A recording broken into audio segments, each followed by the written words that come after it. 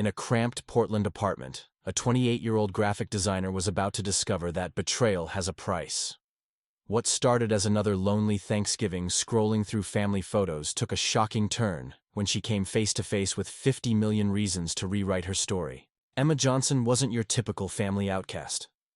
For 3 years, she had spent her life building strength from rejection, known for her quiet resilience and unshakable independence.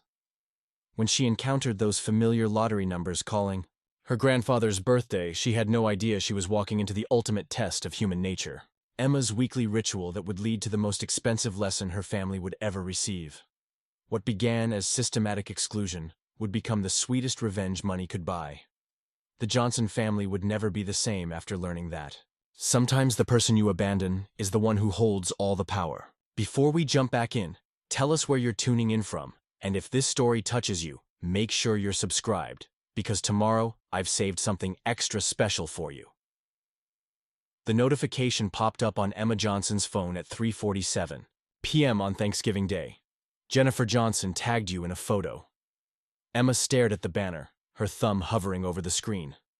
Through her Portland apartment window, November rain created rivulets down the glass. She was curled on her second-hand couch with Pixel, her orange tabby, who pressed closer against her side. She deleted the notification without opening it. The routine had become ritualistic over 3 years. Family photos from holidays and celebrations would arrive, always tagged by someone who felt guilty about not actually inviting her. Usually Jennifer. Sometimes cousin Kevin. Never David. Never Grace. They'd made their position clear. Emma scratched Pixel behind the ears. Just us again, buddy. 3 years ago, she would have spent this afternoon at grandmother Eleanor's house, squeezed around the extended dining table with siblings, cousins, aunts, and uncles. She would have helped Mother Linda in the kitchen, listened to grandfather's stories, felt the chaotic warmth of belonging. That was before she'd said no to David. The memory surfaced unbidden. David had cornered her after Christmas dinner that year, eyes bright with manic enthusiasm. La Cocina Nueva, a fusion restaurant that would revolutionize Portland's dining scene. All he needed was $15,000 from her inheritance savings. Come on, Em, it's just sitting there. She'd worked 3 jobs through college, lived in a studio apartment, eaten ramen for dinner more nights than she cared to count. Every dollar represented sacrifice. I can't, David. That money is for emergencies. His charm had slid away, revealing something cold. Your own brother asked for help, and you won't even consider it? The argument was ugly. David accused her of selfishness, of thinking she was better than family. Within a week, she noticed the changes. Conversation stopping when she entered rooms. Invitations that never came. Unanswered messages. La Cocina Nueva lasted 6 months before closing amid debt and health violations. Emma's phone buzzed. Sarah's name appeared. How are you holding up? Sarah's voice carried background noise from her own family gathering. I'm okay, really. What are you doing right now? Sitting on my couch feeling sorry for myself while my cat judges me for not having turkey. Sarah laughed. Listen, I know this day is hard. I am fine with it. I've had 3 years to get used to it. It doesn't have to be this way. After they hung up, Emma sat in gathering dusk. She thought about grandfather, who died before the family schism. He would have hated what happened, would have forced everyone to reconcile. The lottery tickets were in her wallet, tucked behind credit cards. Every week for 3 years, she'd bought tickets using grandfather's birthday numbers. A ritual connecting her to him, a tiny act of faith. She'd never won more than $20. Emma made grilled cheese for dinner, fed Pixel his turkey feast, and settled in to watch movies. Tomorrow she'd work at the quiet coffee shop, finish the bakery logo, find small joys in her carefully constructed solitude. As she drifted off to sleep, Emma didn't know that across town, Kevin was arguing with his parents about her absence. She didn't know Jennifer had hesitated before posting that photo. She didn't know even Eleanor had asked, quietly, whether anyone had called Emma for Thanksgiving. She certainly didn't know that the lottery ticket in her wallet, marked 07 23 19 31 42 16, would change everything. All Emma knew was that she'd survived another holiday. The ticket could wait until Sunday. The lottery ticket crinkled between Emma's fingers as she sat in her car outside the convenience store, Tuesday morning coffee growing cold in the cup holder. She'd been staring at the numbers for 10 minutes, her hands trembling slightly in the December air. 07-23, 19-31, 42, 16. Powerball, 08. Her grandfather's birthday. The date he'd enlisted in the Navy. The year he'd married grandmother Eleanor. Numbers that had meant everything to him, and by extension, to her. Numbers that now matched perfectly with the winning combination displayed on her phone screen. This isn't real, she whispered to herself, checking the Oregon Lottery app for the fourth time. The jackpot amount glowed back at her. $50 million. Emma's first instinct wasn't celebration. It was panic. She locked her phone, shoved it in her purse, and drove to work on autopilot, her mind racing through the implications. Money changed everything. Money would bring them all back, circling like vultures who'd suddenly remembered they had a sister, a daughter, a granddaughter. At Davidson Design Studios, Emma tried to focus on the Morrison Bakery project, but the numbers kept swimming before her eyes. Her coworker Jake noticed her distraction during their morning team meeting. "You okay, Em? You look like you've seen a ghost." "Just tired," she managed, forcing a smile. "Long weekend."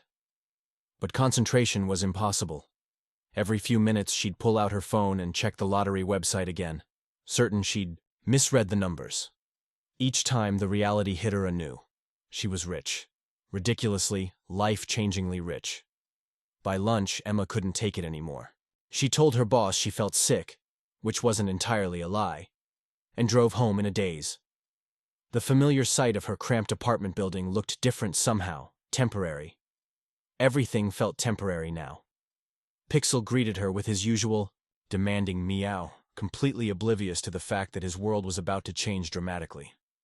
Emma sat on her couch, the winning ticket spread on her coffee table like evidence of a crime she couldn't quite comprehend. She needed to tell someone. She needed Sarah. Emma's hands shook as she dialed, pacing her small living room while the phone rang. "Emma? Aren't you supposed to be working?" "Sarah, I need to tell you something, and you're going to think I'm crazy." "Okay, shoot. I won the lottery." Silence. Then Sarah's laugh, warm and disbelieving. "Very funny. How much, $20 again?" $50 million. The laughter stopped abruptly. Emma, are you serious right now? I'm looking at the ticket. I've checked the numbers a dozen times. It's real, Sarah. It's actually real." "Holy shit. Holy actual shit. Emma, where are you right now?" "At home. I left work. I couldn't concentrate. I don't know what to do." "Don't do anything. Don't sign anything. Don't talk to anyone. Don't post anything on social media. I'm coming over." Sarah arrived within 20 minutes, still in her work clothes, her social worker training kicking into crisis management mode. She examined the ticket with the same careful attention she'd give to court documents, cross-referencing the numbers multiple times. "It's real," she breathed finally. "Emma, it's actually real. You're a millionaire. You're a multi-millionaire." "I know. I think I'm going to throw up." Sarah grabbed Emma's shoulders, forcing her to make eye contact. "Listen to me. This is good news. This is incredible news. But you need to be smart about this. Have you called the lottery office yet?" "No. I just found out this morning." "Okay. We're calling them now. You need to start the claiming process, and you need to decide if you want the lump sum or annual payments." Emma's mind felt sluggish, overwhelmed. "I don't know. I can't think straight." "Lump sum," Sarah said firmly. "Even after taxes, you're looking at probably $30 million. Emma, do you understand what this means? You're free. You're completely, utterly free." The word hung in the air between them. Free. Free from worrying about rent, from living paycheck to paycheck, from the constant low-level anxiety that had defined her adult life. Free to make choices based on what she wanted, rather than what she could afford. They spent the next hour on the phone with lottery officials, navigating the claiming process. Emma would need to come to the lottery headquarters in Salem, bring identification, decide on publicity. The woman on the phone was professional but excited, clearly accustomed to dealing with shocked winners. One more thing, the official said. Once you claim the prize, the information becomes public record. Your name, the amount, the date, it all gets released to the media. You might want to prepare for that. After hanging up, Emma stared at her phone with growing dread. They're going to find out. My family. They'll see it in the news. So, what if they do? Sarah, you don't understand. The minute this goes public, they'll all come crawling back. David will have some sob story about needing help. Grace will start tagging me in family photos again. Mom will call crying about how much she's missed me. Sarah's expression hardened. And what will you do when that happens? Emma was quiet for a long moment, considering.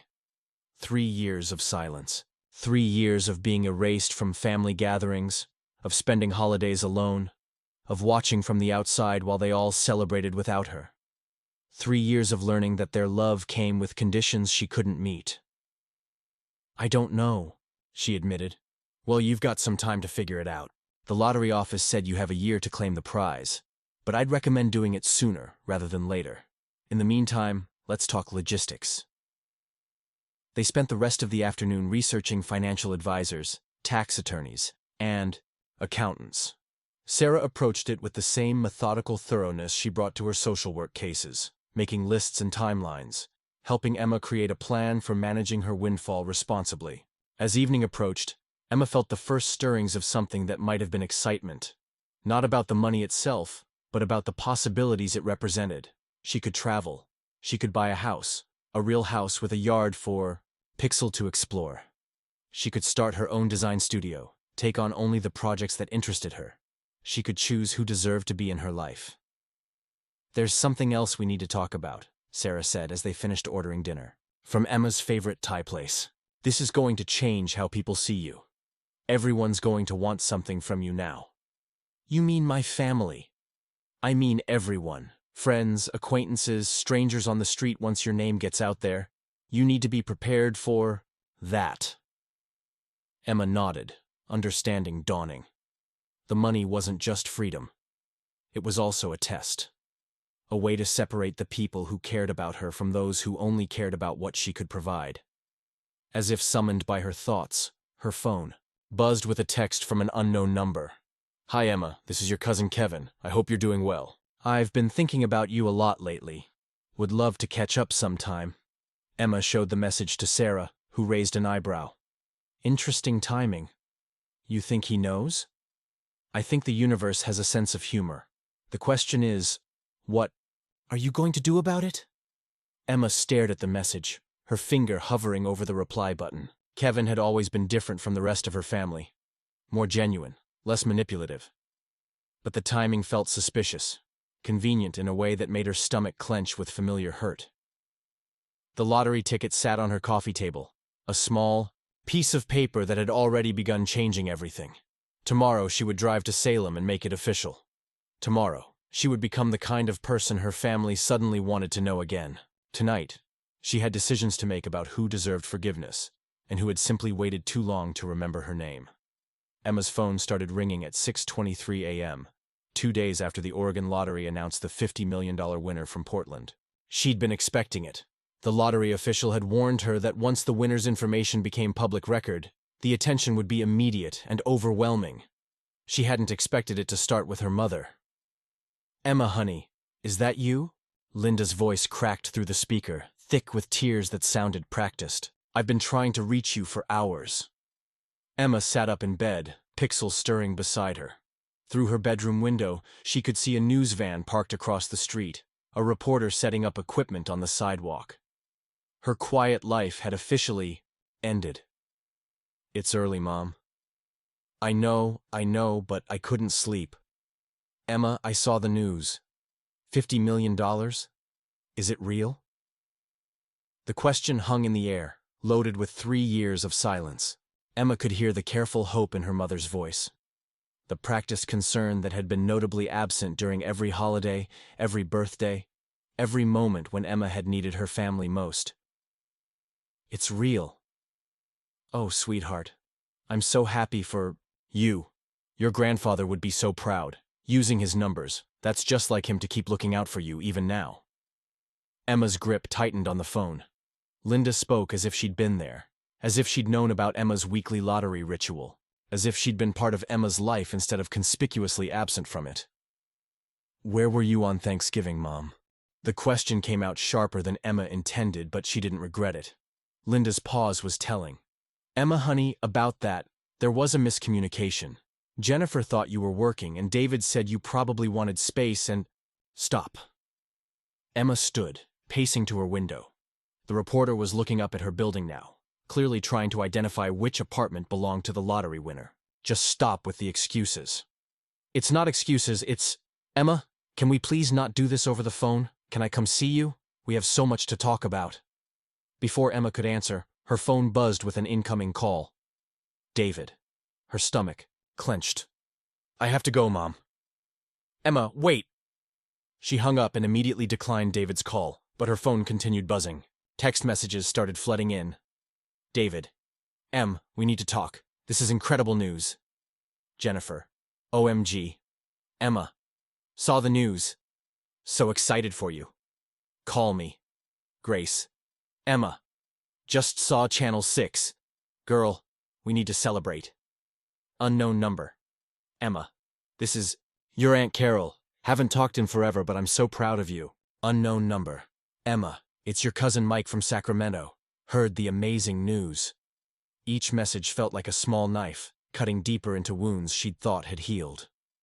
Emma turned off her phone and sat heavily on her couch, pixel jumping, into her lap with a concerned purr. By noon, the building's buzzer had rung 14 times. Emma watched from her window as family members she hadn't seen in years appeared on her doorstep like actors in a play she'd never auditioned for. David arrived first, of course, carrying a bouquet of flowers and wearing his most charming smile, the one that had gotten him out of trouble since childhood. Preparing and narrating this story took us a lot of time, so if you are enjoying it, subscribe to our channel. It means a lot to us. Now back to the story. Jennifer came next, looking genuinely nervous, her hands twisting around her purse strap. Then Grace, impeccably dressed and carrying what looked like a bottle of champagne, her phone out to document every moment for her Instagram story. Emma's neighbor, Mrs. Chen, knocked on her door around 1 p.m. "Emma, dear, there are people downstairs asking for you. They say they're family?" "I know. I'm not seeing anyone today." Mrs. Chen nodded knowingly. "I figured. That's why I told them you weren't home. But that young man with the flowers is very persistent." Emma peered through her peephole. David was still there, pacing in front of the building, phone pressed to his ear. She could see him gesturing animatedly, probably working on his pitch, perfecting his approach. Her phone, still turned off, sat on her coffee table like a bomb waiting to explode. She knew what would be waiting when she turned it back on. More messages, more calls, more people who had suddenly remembered she existed. The irony wasn't lost on her. For 3 years, her phone had been mostly silent except for Sarah's calls and work-related messages. Now, it was probably full of people, claiming to love her, miss her, want to be part of her life. Where was this love when she'd spent Thanksgiving alone? Where was this concern when she'd celebrated her birthday with just Pixel for company? Where were these family members when she'd needed emotional support after losing her job last year? Or when she'd been sick with pneumonia and hadn't heard from a single relative? Emma turned her phone back on, immediately regretting it as the notifications flooded the screen. 43 missed calls, 67 text messages. Her email inbox was full of interview requests from local news stations. One voicemail stood out from the chaos. Her grandmother Eleanor's voice, measured and formal. "Emma, it's your grandmother. I heard about your good fortune. I'd like to speak with you when you're ready. I'll be at home this evening." No tears, no dramatic declarations of love, no excuses. Just Eleanor being Eleanor. Direct, proud, complicated. Emma found herself both dreading and anticipating that conversation more than all the others combined. Another knock at her door interrupted her thoughts. This time it was Sarah, looking harried and carrying grocery bags. "I brought supplies," Sarah announced, pushing past Emma into the apartment. "Coffee, wine, Chinese takeout, and the world's strongest antacids because I have a feeling you're going to need them." "How did you get past the family convention downstairs?" "I told them I was your attorney. and that any further contact should go through me. David looked like he wanted to argue, but Grace dragged him away. Something about not making Emma mad right now. Emma laughed despite herself. The first genuine laugh she'd had since the lottery announcement. "You're not my attorney. Details. Besides, you're going to need one soon. Rich people problems require rich people solutions." They sat at Emma's small kitchen table, Chinese containers spread between them, while Sarah scrolled through the messages on Emma's phone. "This is fascinating from a psychological perspective," Sarah said, reading aloud. "Emma, it's your cousin Beth from Denver. I know we haven't talked since high school, but I've always thought about you and wondered how you were doing. I'm actually starting a nonprofit for underprivileged children and would love to discuss some opportunities with you." A nonprofit that didn't exist until yesterday, I'm guessing. Oh, this one's better. It's from Grace. "Emma, I feel so terrible about the miscommunications we've had. I've always considered you my sister, and I hope we can put the past behind us. David and I would love to take you to dinner at Le Bernardin, my treat. Well, your treat technically since you can afford it now. LOL. But seriously, let's celebrate." Emma put her head in her hands. I can't believe she actually wrote that. The audacity is breathtaking. But wait, there's more. Sarah continued scrolling. "Here's one from your mom. Emma, I've been doing a lot of thinking about our family dynamics, and I realize I may have made some mistakes. I'd love to have a real conversation about healing our relationship. I miss you so much, and I want to make things right. Love, Mom." That one's actually not terrible. It's 3 years too late. Maybe. But Emma, here's the thing. Some of these people might be genuinely sorry. People sometimes need a catalyst to realize they've been terrible. Your lottery win might be that catalyst. Emma looked up sharply. "You think I should forgive them? After everything? I think you should be careful not to let bitterness rob you of the possibility of real reconciliation with people who might actually deserve it. But I also think you should be very careful about people who only want reconciliation now that you have money." "How do I tell the difference?" Sarah leaned back in her chair, her expression thoughtful. "Time. Consistency. Actions instead of words. The people who are genuinely sorry will prove it through their behavior, not their bank account requests." As if summoned by their conversation, Emma's buzzer rang again. This time, Mrs. Chen's voice came through the intercom. "Emma, there's a young man here. Says his name is Kevin. He's not like the others. He's just sitting on the steps, not demanding anything." Emma looked at Sarah, who shrugged. "Your call. But he's the one who texted you before the news broke, right? That's either very suspicious timing or very good timing, depending on how you look at it." Emma pressed the intercom button. "Tell him I'll be down in 5 minutes." She needed to start somewhere. Kevin had always been different from the rest of her family, quieter, more thoughtful, less likely to follow David's lead in family politics.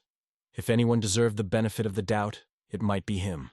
But as she grabbed her jacket and headed for the door, Emma couldn't shake the feeling that she was about to discover just how much money could change even the most genuine relationships. The real test was just beginning. Kevin looked smaller than Emma remembered, sitting on the concrete steps of her building with his hands clasped between his knees. At 22, he still had that earnest quality that had always set him apart from the rest of the Johnson family.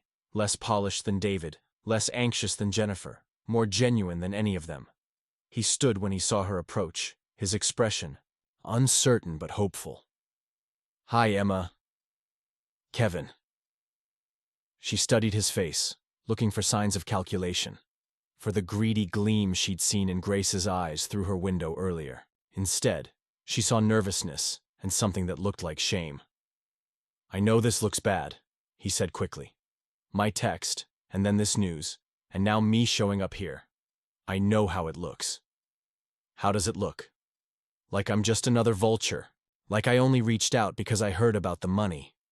Kevin ran a hand through his hair, a gesture she remembered from when he was little and trying to explain some childhood misdeed. "But Emma, I swear to you, I had no idea. I texted you because I've been thinking about you for months. I finally worked up the courage to ask my parents why you never come to family stuff anymore." Emma felt something shift in her chest. Not quite trust, but a willingness to listen. What did they tell you? A bunch of bullshit about miscommunications, and you being too busy. Kevin's voice carried an edge of anger that surprised her. But I'm not stupid. I remember how close we used to be when I was a kid. I remember you helping me with my college applications when everyone else was too busy with their own drama. You don't just stop caring about family unless family stops caring about you first. A cold wind whipped down the street, and Emma pulled her jacket tighter. You want to walk? This conversation feels too important for my doorstep. They ended up at Powell's Books, neutral territory where they could blend into the crowd of browsers and coffee drinkers. Kevin bought them both coffee, a small gesture, but Emma noticed he paid with crumpled bills from his wallet, not asking her to cover it despite her newfound wealth. Tell me what really happened, Kevin said once they'd found a quiet corner near the poetry section. I'm old enough now to handle the truth.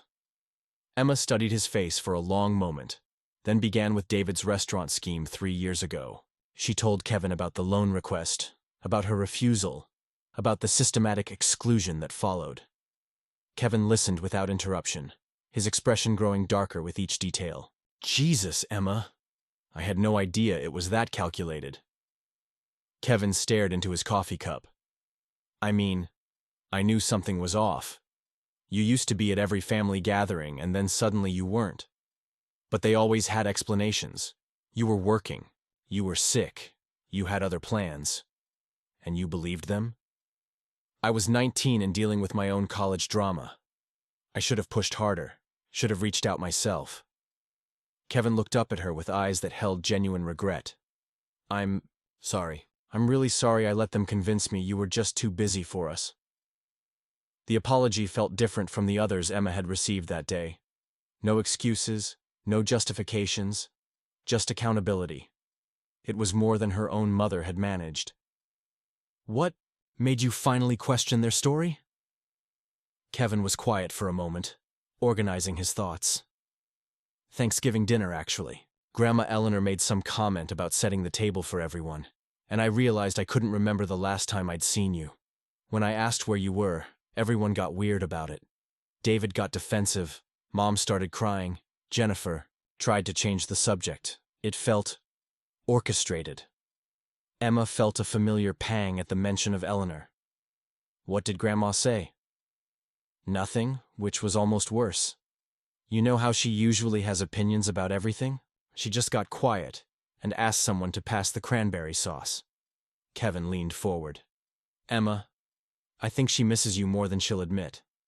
I think they all do, but they're too proud to admit they screwed up. Pride doesn't explain 3 years of silence. No, it doesn't. But it might explain why they're all panicking now that you have the power to never need them again. It was an astute observation, more psychologically sophisticated than Emma expected from her youngest cousin.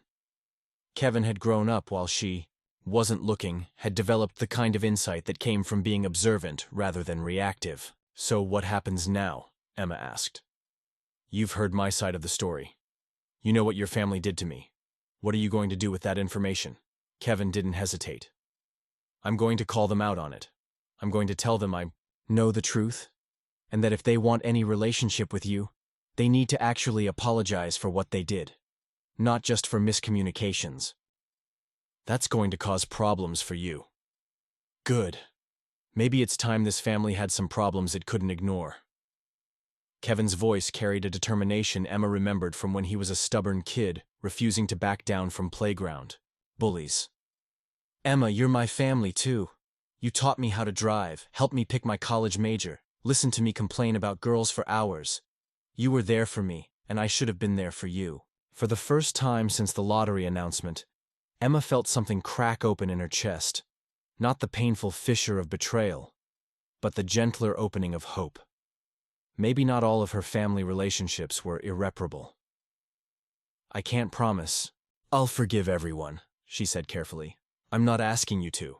I'm just asking you not to give up on all of us because some of us were cowards.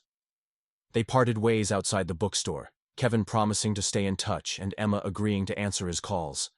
As she walked home, Emma felt lighter somehow, as if Kevin's genuine remorse had lifted some of the weight she'd been carrying. But the relief was temporary. Waiting in her apartment lobby was Marcus Thompson, her neighbor from 4B, holding an envelope and looking uncomfortable. "Hey, Emma. Sorry to bother you, but this was delivered to my apartment by mistake." He handed her the envelope, their fingers brushing briefly. Mail carrier probably got confused with all the media attention. Emma looked at the return address and felt her stomach drop. It was from David, hand-delivered despite his failure to get past Mrs. Chen earlier. "You okay?" Marcus asked, genuine concern in his voice. "You look like you've seen a ghost." Emma realized she was staring at the envelope like it might explode. Here was Marcus, her quiet neighbor who'd never asked her for anything, showing the same consideration he'd always shown, completely unaffected by her sudden wealth. "I'm fine," she lied, then reconsidered.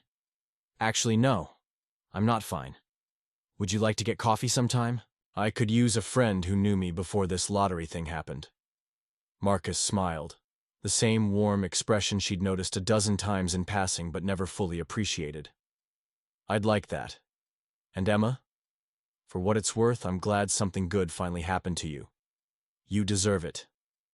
As she climbed the stairs to her apartment, David's letter in her hand and Marcus's kindness in her heart, Emma began to understand the true complexity of her situation.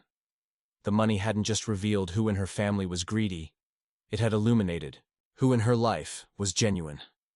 David's letter lay unopened on Emma's coffee table for 2 hours while she stared at it, Pixel curled in her lap like a furry shield. The envelope was thick, probably multiple pages of carefully crafted explanation and apology. She could already imagine his words, the charm, the justifications, the inevitable request for partnership opportunities. Instead of reading it, Emma found herself thinking about a conversation she'd had with Sarah the night before. "You need to know who these people really are," Sarah had said.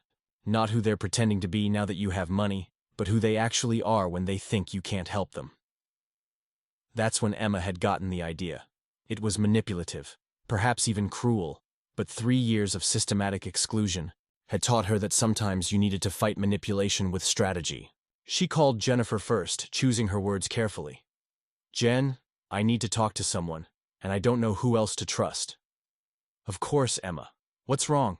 You sound upset." "I am. There's been a problem with the lottery money. Legal issues. My attorney says I might lose most of it." The pause was telling.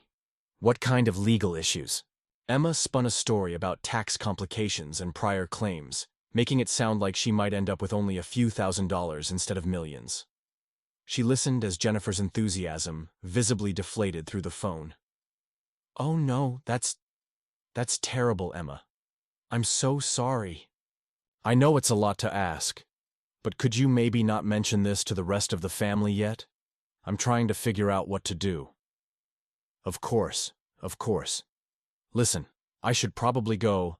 Tyler has a soccer game, and I promised I'd be there early, but call me if you need anything, okay?" The conversation lasted 3 more minutes, full of awkward platitudes and transparent excuses to get off the phone. Emma hung up and immediately called Kevin. "Emma, everything okay?" She repeated the same story, watching for his reaction. "Shit, that's awful. Are you sure about the attorney? Maybe you need a second opinion. I have a friend in law school who might know someone." The difference was stark. Kevin's first instinct was to help solve the problem, not to distance himself from it. Next, Emma texted the story to Grace, who read it immediately but didn't respond for 6 hours. When she finally replied, it was a brief, "So sorry to hear that. Hope it works out." David's response came within minutes of her text. "We need to talk. In person. This changes everything." But the most surprising reaction came from her mother. Linda called within an hour, her voice thick with what sounded like genuine concern. "Emma, honey, I just heard from Jennifer. Are you okay? Do you need help with legal fees? I don't have much, but I could—" "Mom, stop." Emma felt an unexpected tightness in her throat. "What would you do if I really did lose the money? If I went back to being just your daughter who works at a design firm and lives in a small apartment?" The question hung in the air. Linda was quiet for so long that Emma wondered if the call had dropped. "I'd want to have coffee with you," Linda finally said, her voice small. I'd want to tell you how sorry I am for letting David convince me that you needed space to get over your selfishness. I'd want to explain that I was scared of conflict, and I chose the wrong child to sacrifice for peace. Emma sat down heavily, on her couch. Of all the responses she'd expected, raw honesty wasn't one of them. The money's not really gone, Mom. I know. You know? Emma, I've been your mother for 28 years. I know when you're testing me. Linda's voice carried a weary kind of love. I deserved the test. I failed you when you needed me most. That evening, Marcus knocked on her door with a container of soup. Mrs. Chen mentioned you seemed stressed about something. I made too much minestrone. Thought you might want some. Emma studied his face for any sign that he'd heard the rumors about her legal troubles. Kevin had mentioned telling a few people to see how quickly word spread. But Marcus looked exactly the same as always. Kind, genuine, slightly concerned about her well-being. Have you heard anything about my lottery situation? She asked directly. Marcus looked confused. Like what? You won, right? That's good. Either he was an excellent actor, or he genuinely hadn't heard a word about her supposed legal troubles. In a day full of family members who'd revealed their true motivations, Marcus's consistent authenticity felt like finding solid ground in an earthquake. Want to come in? I could use the company. As they shared soup and talked about everything except money, his music, her design work, their shared annoyance with the building's broken elevator, Emma felt something she hadn't experienced in years. Peace. The comfortable quiet of being with someone who wanted nothing from her except her company. Her phone buzzed with another message from David. Emma, we need to discuss our family's future. I have ideas. She deleted it without reading further and turned her attention back to Marcus, who was telling her about a song he was writing. The first time since winning the lottery, Emma felt like herself again. Not a dollar sign with legs, not a family obligation or opportunity, just Emma. The test had worked better than she'd hoped. Now she knew exactly who deserved her time, her trust, and her love. The question was what to do with that knowledge. Emma chose the coffee shop on Hawthorne for her meeting with David, a public place where his charm would be constrained by witnesses. She arrived 15 minutes early, claiming a corner table with a clear view of the entrance, her hands steady around her coffee cup despite the confrontation ahead. David walked in at exactly 2 p.m., scanning the room until he spotted her. Even from across the cafe, she could see him shift into performance mode. Shoulders back, smile practiced, the easy confidence that had gotten him out of trouble his entire life. He approached with arms extended for a hug she didn't return. You look great. Really great. David. She gestured to the chair across from her. Sit down. He settled himself, still wearing that calculated smile. Listen, I know things have been weird between us, but family is family, right? And now with this incredible windfall... Stop. Emma's voice cut through his rehearsed opening. Before you say another word, I want you to know that I know exactly what you did. Not just refusing to lend you money. Everything that came after. David's smile flickered but didn't disappear entirely. Emma, you're being dramatic. Yeah, maybe there were some miscommunications, but... Miscommunications. Emma leaned back in her chair. Is that what you call systematically convincing? Our entire family to exclude me from every major event for 3 years? That's not what happened. Then tell me what did happen, David. Tell me why I wasn't invited to Jennifer's baby shower. Tell me why I didn't know about Mom's surgery until I saw the hospital flowers on her Instagram. Tell me why I found out about Grandma's 80th birthday party by seeing the photos on Facebook. David's composure began to crack around the edges. Look, you were being stubborn about the restaurant thing. I was protecting my financial security, and it created tension in the family. People didn't know how to handle it. Emma felt 3 years of suppressed anger rising in her chest, but she kept her voice level. So you decided to handle it by erasing me? Nobody erased you. You could have reached out. I did reach out! The words came out sharper than she intended, drawing glances from nearby tables. Emma lowered her voice. I called Mom after I heard about her surgery. She let it go to voicemail. I texted Jennifer congratulations on her promotion. She never responded. I sent Grandma a birthday card 2 years running. She never acknowledged them. David shifted in his chair, his practiced charm giving way to something uglier. Maybe if you hadn't been so selfish about the loan. There it is. Emma smiled, but there was no warmth in it. The real David. Not the one who sent me flowers and apologies when he heard about the lottery win. The one who thinks I owed him my inheritance money. I'm your brother. Family helps family. Family is supposed to love you when you can't help them, David. Not cut you out when you won't enable their mistakes. David's face flushed red. $15,000, Emma. That's all it would have taken to save my business. $15,000 that was just sitting in your account, and you couldn't spare it for your own brother. Your business failed because you didn't know how to run it, not because I didn't fund it. And now you're here because you want a piece of $50 million you had nothing to do with earning. I'm here because I miss my sister. Emma laughed, a sound without humor. You miss the sister who might write you a check. The sister who existed before I disappointed you by having boundaries. David stood abruptly, his chair scraping against the floor. You know what? You're right. I am here because of the money. Because $50 million could change everything for our family, and you're sitting there acting like you earned it instead of just getting lucky. And there's the truth. Emma remained seated, looking up at him calmly. Thank you for finally saying it out loud.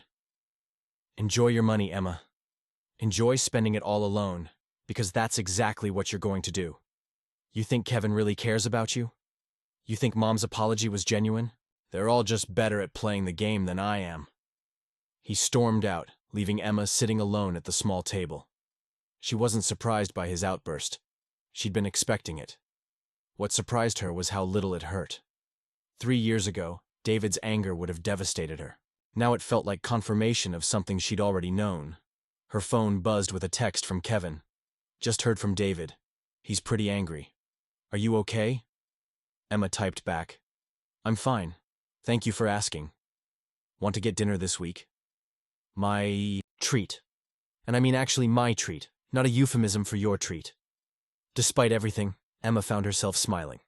I'd like that. That evening, she met her mother at a small diner near Linda's apartment. Linda looked older than Emma remembered, worn down by years of trying to keep peace in a family that thrived on conflict. I heard about your conversation with David, Linda said after they'd ordered coffee. News travels fast. He called me. He's upset. Emma waited, letting her mother fill the silence. He thinks I should talk to you about family loyalty, about forgiveness. Linda stirred sugar into her coffee, her movements deliberate. But I told him I'm not going to manipulate my daughter anymore for the sake of family peace. Emma felt something shift in her chest. Mom, I enabled his behavior for years, Emma. I chose his feelings over your well-being because he was louder, more demanding. Because it was easier than dealing with his tantrums. Linda looked up, her eyes bright with unshed tears. I lost you because I was a coward, and I don't know if I can ever make that right. The apology Emma had been waiting 3 years to hear finally came. And it was everything she'd hoped for. Honest, complete, without conditions or expectations. It was also perhaps too late. I don't know if you can either, Emma said quietly. Linda nodded, accepting the uncertainty. I understand, but I wanted you to know that I see what I did wrong. And I'm proud of you for standing up to him today. As they parted ways outside the diner, Emma realized that forgiveness and reconciliation were two different things. She could forgive her mother's weakness without returning to a relationship that had caused her so much pain. Some bridges, once burned, couldn't be rebuilt. But some people, she was learning, deserved the chance to try. Emma's new house sat on a quiet street in the Hawthorne district, modest by lottery winner standards, but perfect for her needs. 3 bedrooms, a yard where Pixel could safely explore, and most importantly, a home office where she could finally start her own design studio. She'd closed on the property just before Christmas, paying cash and avoiding the media attention that followed most of her purchases. Marcus stood in her kitchen, helping her unpack boxes while Pixel supervised from his perch on the counter. 6 weeks had passed since their first official coffee date, and Emma found herself looking forward to his visits with an anticipation that had nothing to do with money. You know, Marcus said, unwrapping her coffee mugs, most people would have bought a mansion. Most people aren't me. Emma smiled, organizing her new silverware drawer. Besides, I'm saving the really extravagant purchase for something important. Like what? A recording studio. For a certain musician I know who's been playing coffee shops for 5 years because he can't afford proper equipment. The text message from Jennifer arrived on a Thursday morning in February. Family meeting Sunday at Mom's. Important we all talk. Please come. Emma stared at the message over her morning coffee, Pixel purring in her lap. 2 months had passed since her conversation with Eleanor, during which she'd been slowly rebuilding trust with her grandmother through weekly phone calls and careful visits. Her relationship with Marcus had deepened into something that felt solid and real. She'd launched her design studio and was already booking clients who appreciated her work rather than her wealth. Life had found a new equilibrium, one that didn't include David or Grace. Family meeting usually means David has a new scheme, Emma said to Marcus, who was reading at her kitchen table. You don't have to go. I know. But maybe it's time to finish this. Emma arrived at Linda's house on Sunday afternoon to find cars already crowded in the driveway. David's truck, Grace's SUV, Jennifer's sedan, even Eleanor's old Honda. The whole family gathered like they were planning an intervention, which, Emma realized as she walked through the front door, was exactly what they were doing. They were all there, Linda hovering nervously by the kitchen, Jennifer wringing her hands on the couch, Grace positioned by the window like she was ready to flee, David standing near the fireplace in what he clearly thought was an authoritative position. Eleanor sat in Linda's good chair, her expression unreadable. Emma, David said, his voice carrying forced warmth. Thanks for coming. We wanted to talk to you about family. Emma remained standing, her purse still over her shoulder. I'm listening. This division in our family has gone on long enough, David continued, clearly having rehearsed his speech. We're all sorry about the miscommunications that happened, and we want to move forward, together. What David means, Grace interjected, her voice carrying that familiar passive-aggressive edge, is that family should stick together, especially when one of us has been blessed with good fortune. Emma felt the familiar tightness in her chest, but this time it was accompanied by something new. Absolute clarity. Let me understand this, Emma said, her voice calm. You've gathered me here to tell me that I should forgive everyone and share my money because we're family. It's not about the money, Jennifer said weakly, isn't it? Emma turned to face her sister. Because, Jennifer, when I told you I might lose the lottery money, you couldn't get off the phone fast enough. Grace stopped responding to my texts entirely. David immediately wanted to discuss our family's future once he thought the money was gone.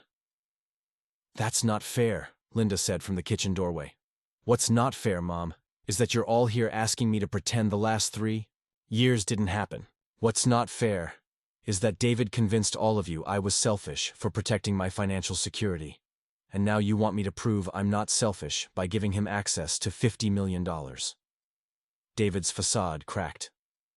Emma, your family. Family helps family. I've had some tough breaks, and you have more money than you could spend in a lifetime. There it is. Emma's voice was steel. The real reason for this meeting. You want my money. We want our family back, Jennifer said, tears starting to flow. No, you don't. Emma looked around the room, seeing them all clearly for perhaps the first time. You want the version of me that didn't have boundaries. The version that would sacrifice her own well-being to keep everyone else comfortable. The version that would enable David's poor decisions and pretend Mom's weakness was love. Grace stood up, her composure finally breaking. You know what, Emma, you've changed. Money has made you cold and selfish, and money didn't change me, Grace. Money revealed all of you. Emma turned to Eleanor, who had remained silent throughout the confrontation. Grandma, you're the only one here who's actually apologized for what happened. The only one who's acknowledged that what you all did was wrong. Are you part of this intervention too? Eleanor stood slowly, her dignity intact despite the chaos around her. No, Emma, I'm not. I came because I wanted to see what they would do. I wanted to see if they would take responsibility, or if they would try to manipulate you one more time. And what's your verdict? Eleanor looked around the room with disgust. I'm ashamed of them, and I'm proud of you for not letting them convince you that their behavior was acceptable. David's face flushed red. This is exactly what I'm talking about. You've turned Grandma against us. I haven't turned anyone against you, David. I've just stopped enabling your behavior. And apparently that's enough to show everyone who you really are. Emma slung her purse back over her shoulder. Here's what's going to happen. I'm going to leave now, and I'm going to continue living my life with people who actually care about me. Kevin will continue to be welcome in my life, because he's proven he loves me whether I have money or not.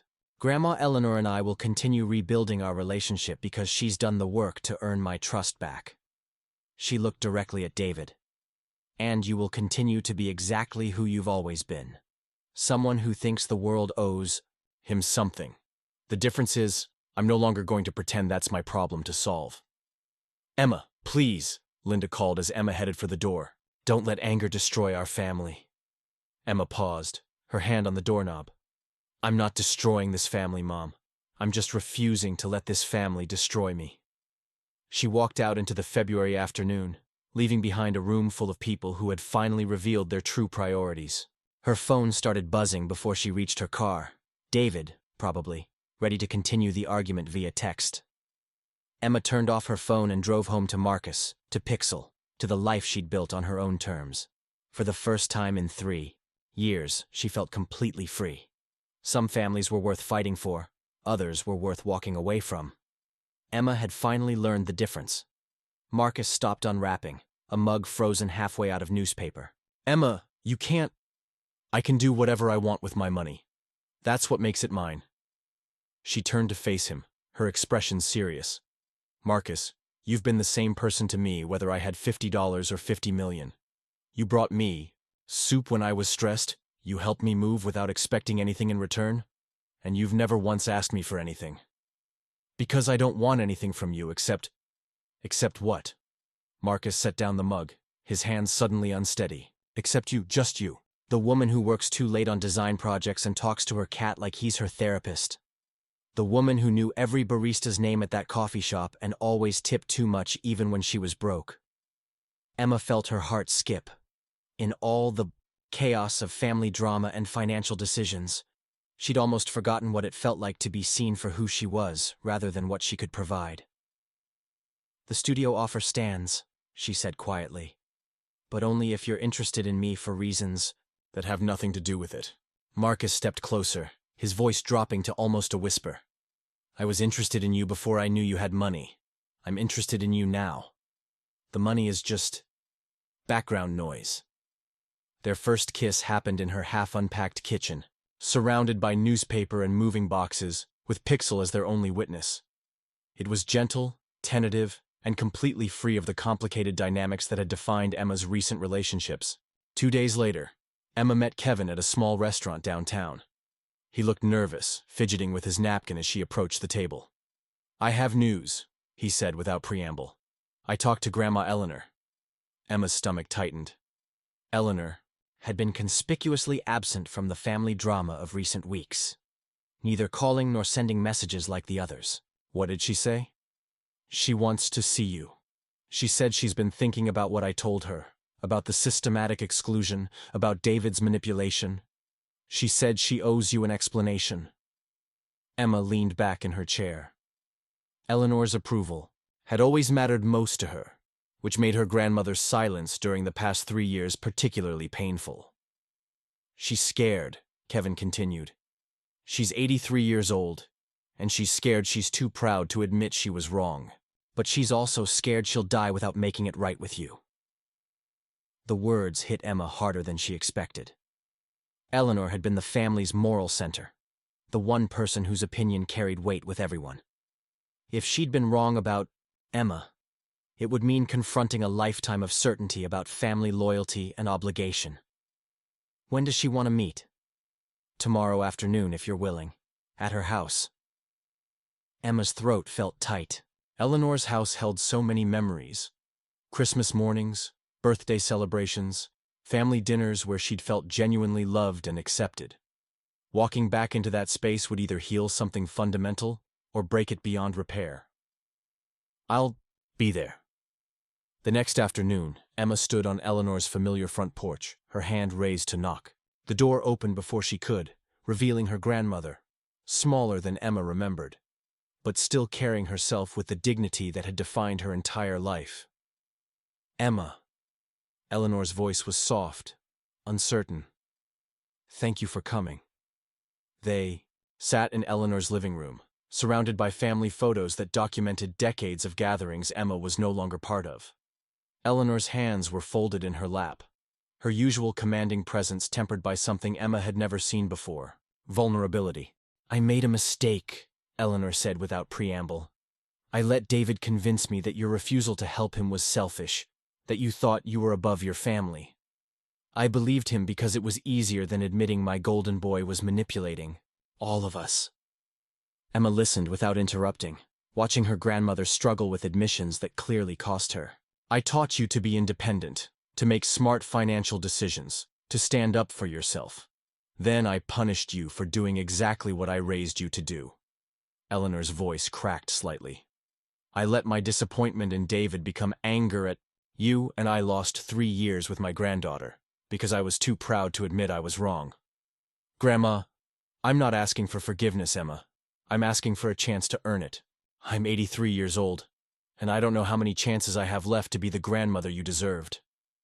Emma looked around the room at photos of family gatherings, seeing them now through different eyes. In picture after picture, she could see the careful positioning that had slowly erased her from the family frame.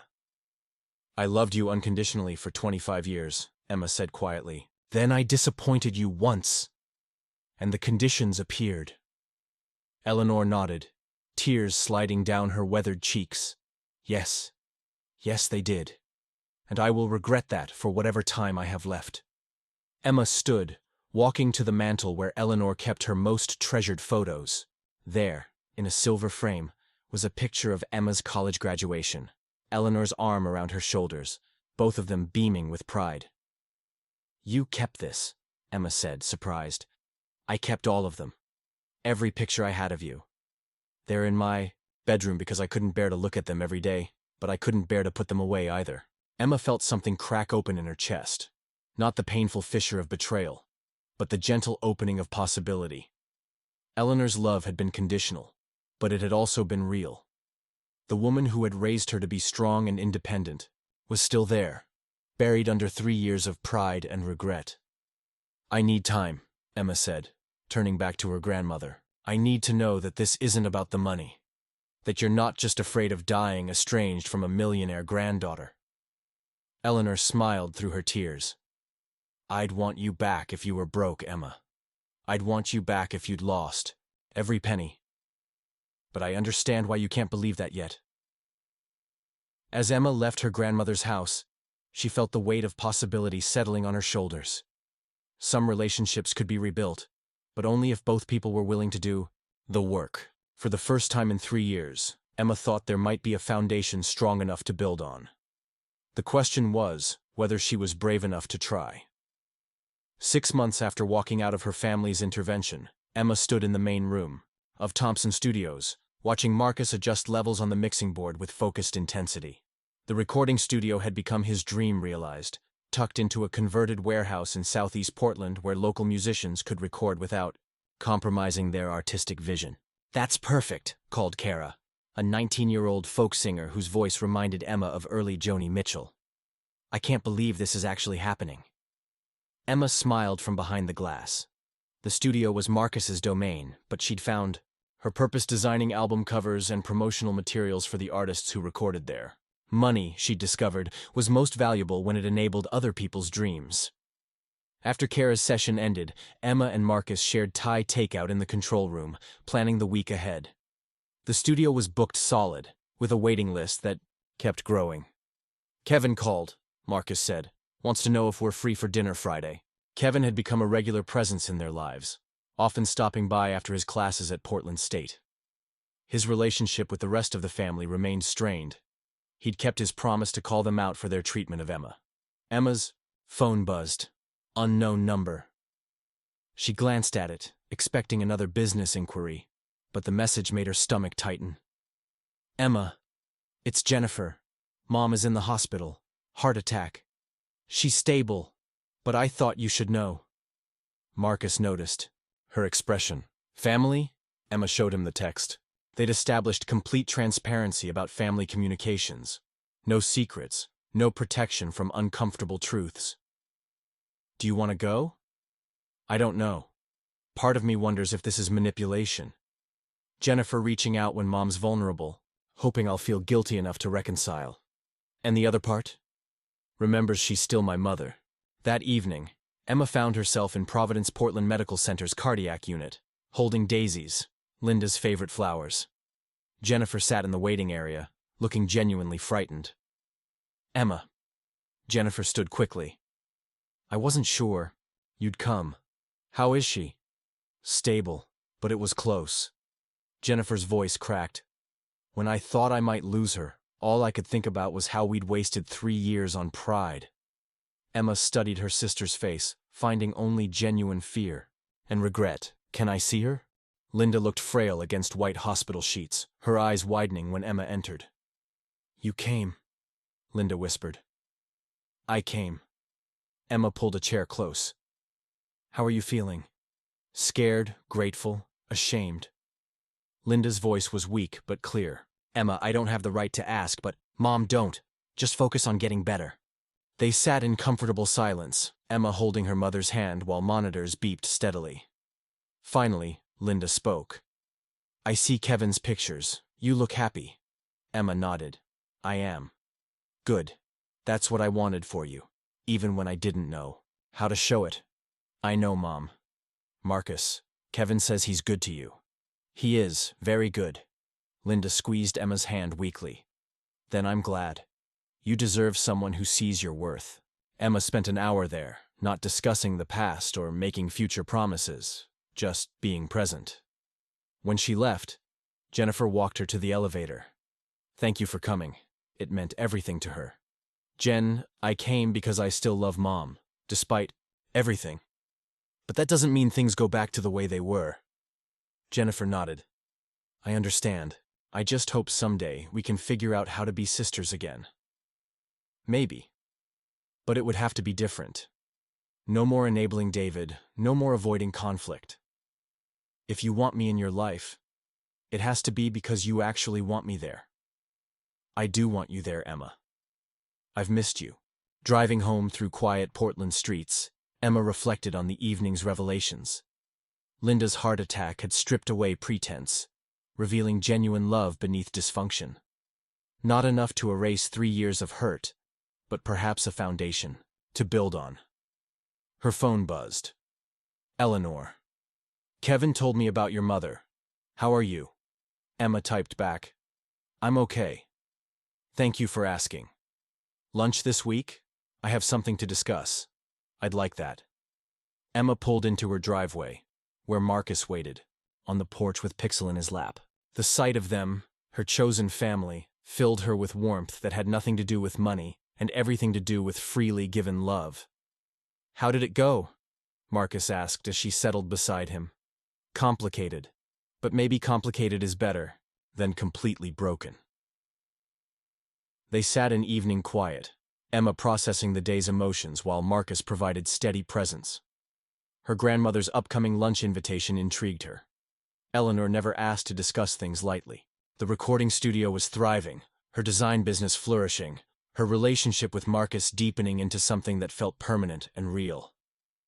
Kevin remained a bright spot in her family constellation, proof that some relationships could survive truth-telling. Tomorrow would bring new challenges, new opportunities to choose love over bitterness. Her mother's health scare had reminded her that time wasn't infinite, that some bridges might be worth rebuilding if both sides were willing to do the work. But tonight, surrounded by the life she'd built on her own terms, Emma felt exactly where she belonged. The lottery money had given her financial freedom, but the real gift had been learning to choose who deserves space in her life and having the power to make those choices stick. 1 year after winning the lottery, Emma woke to the sound of rain pattering against the windows of her Hawthorne house. The same November rain that had witnessed her solitary Thanksgiving just 12 months before. But everything else had changed. Marcus stirred beside her, his arm tightening around her waist as consciousness slowly returned. On the nightstand, her engagement ring caught the morning light. A simple vintage setting that Marcus had chosen not because he could afford something expensive now, but because he'd known her well enough to pick something that reflected who she was rather than what she was worth. "Morning, future Mrs. Thompson," he murmured against her neck. "Morning, future Mr. Johnson Thompson," she replied, earning a sleepy laugh. They decided to hyphenate their names, a small symbol of the partnership they were building, where neither person was absorbed into the other's identity. It seemed fitting for a relationship that had survived the ultimate test of authenticity. Pixel had claimed his position at the foot of the bed, stretched across both their legs with the territorial confidence of a cat who knew he was loved. At 5 years old, he'd adapted remarkably well to the house with the yard, though he still preferred the sunny spot by Emma's desk when she worked. Emma's phone showed 3 messages, a routine morning that would have been unimaginable a year ago. The first was from Kevin. "Happy lottery anniversary. Dinner tonight still on?" The second was from Eleanor. "Thinking of you today, sweetheart. Proud of who you've become." The third was from an unknown number, and Emma's stomach clenched as she read it. "Emma, it's David. I know you probably don't want to hear from me, but I wanted to say I'm sorry. Really sorry. I've been in therapy, and I'm starting to understand how I hurt you.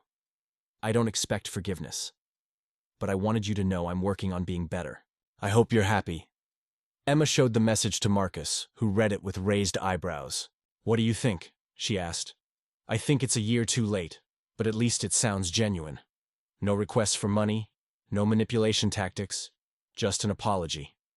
Marcus propped himself up on his elbow. "The question is what you want to do with it." Emma considered the message for a long moment. The Emma from a year ago would have been devastated by David's contact, would have spent hours analyzing every word for hidden meanings. This Emma felt only a distant sadness for the brother she'd once loved, and the relationship that couldn't be salvaged. "I think I'll file it under noted but not actionable," she said finally. "Some apologies deserve responses. Some just deserve acknowledgement." They dressed and made their way to the kitchen, where Emma had learned to cook properly for the first time in her life. Having time to care about food, to experiment with recipes, to share meals with people she loved, these were the small luxuries that money had bought her, the ones that mattered more than any designer clothes or expensive cars. Over coffee and homemade scones, they planned their day. Emma had a client meeting for a nonprofit rebrand. Marcus had a session with a jazz trio from Seattle, and they were hosting Kevin and Eleanor for dinner to celebrate the anniversary of Emma's win. "I keep thinking about last Thanksgiving," Emma said, stirring honey into her coffee. "How alone I felt, how certain I was that my life would just continue being small and isolated." "Your life was never small," Marcus said firmly. "You were building something real, even when you were alone. The money just gave you more resources to build with." Emma smiled, loving him for seeing her journey that way. Marcus had a gift for reframing her experiences in terms of strength rather than victimhood, growth rather than loss. At noon, Emma met with the directors of the Portland Family Support Network, a nonprofit that helped people who'd been rejected by their biological families. It was her favorite client, both personally meaningful and professionally challenging. The rebrand would launch next month, coinciding with Emma's announcement of a substantial endowment that would fund their work for the next decade. "We can't thank you enough," said Maria Santos, the executive director. "Do you know how many people you're going to help with this?" Emma did know, had spent months calculating the impact of her donation. But she also knew that helping others heal from family rejection was helping her heal too. Every person who found their chosen family through the organization's programs was proof that love didn't require blood relations. That evening, their small dinner party gathered in Emma's dining room. Kevin animatedly telling stories from his computer science program. Eleanor sharing memories of Emma's grandfather that somehow didn't hurt anymore. Marcus playing soft guitar, music between courses. The conversation flowed easily, punctuated by laughter and comfortable silences. "I have an announcement," Eleanor said as they finished dessert. "I've decided to change my will." Emma tensed, old reflexes kicking in, but Eleanor held up a hand. "Not like that, sweetheart. I'm leaving the majority of my estate to charitable organizations, but there's a specific bequest I want to make to you. Not money, but your grandfather's tools from his workshop. He always said you had his hands for building things. Emma felt tears prick her eyes. She'd loved spending time in her grandfather's workshop as a child, learning to use his carefully maintained tools to create small wooden toys and simple furniture. Grandma, I'd be honored to have them. Good. Because I have a feeling you're going to build something beautiful with them. As their guests prepared to leave, Kevin pulled Emma aside. I heard from Jennifer today, he said quietly. Mom's doing well, by the way, but Jennifer wanted me to tell you that she understands why you need space, and she's not going to push for more contact than you're comfortable with. Emma nodded, appreciating both the message and Kevin's role as neutral messenger. Thank you for telling me. She also said to tell you that she's proud of you for building the life you wanted instead of the life everyone else expected you to have. After everyone left, Emma and Marcus sat on their back porch, sharing a bottle of wine and watching pixel hunt moths in the yard. The November evening was crisp but not cold, perfect for reflecting on the year that had changed everything. Any regrets? Marcus asked, his arm around her shoulders. Emma considered the question seriously. A year ago, she'd been lonely but safe, isolated but protected from disappointment. Now she was engaged to a man who loved her unconditionally, reconciling slowly with family members who'd proven they deserved it, and using her wealth to help others find the authentic connections she'd fought so hard to build. None, she said, finally. Not one. Marcus kissed the top of her head. Here's to year 2, then. Emma smiled, thinking about her grandfather's lottery numbers, the random chance that had given her not just money, but the power to choose her own family. Sometimes the greatest gifts came disguised as luck, but she'd learned that what you did with those gifts was entirely up to you. She'd chosen love over bitterness, growth over safety, authenticity over convenience. She'd learned that family wasn't about blood or obligation, but about showing up consistently with genuine care. As they headed inside, Emma caught sight of her reflection in the kitchen window, a woman who looked content, purposeful, free. The woman she'd always had, the potential to be, finally given the resources and confidence to become her. Tomorrow would bring new challenges, new opportunities to choose love, new chances to build the connections that made life meaningful. But tonight, surrounded by the life she'd built on her own terms, Emma Johnson was exactly where she belonged. The lottery ticket had been worth $50 million. The lessons it taught her were priceless. Up next, you've got 2 more standout stories right on your screen. If this one hit the mark, you won't want to pass these up. Just click and check them out. And don't forget to subscribe and turn on the notification bell so you don't miss any upload from us.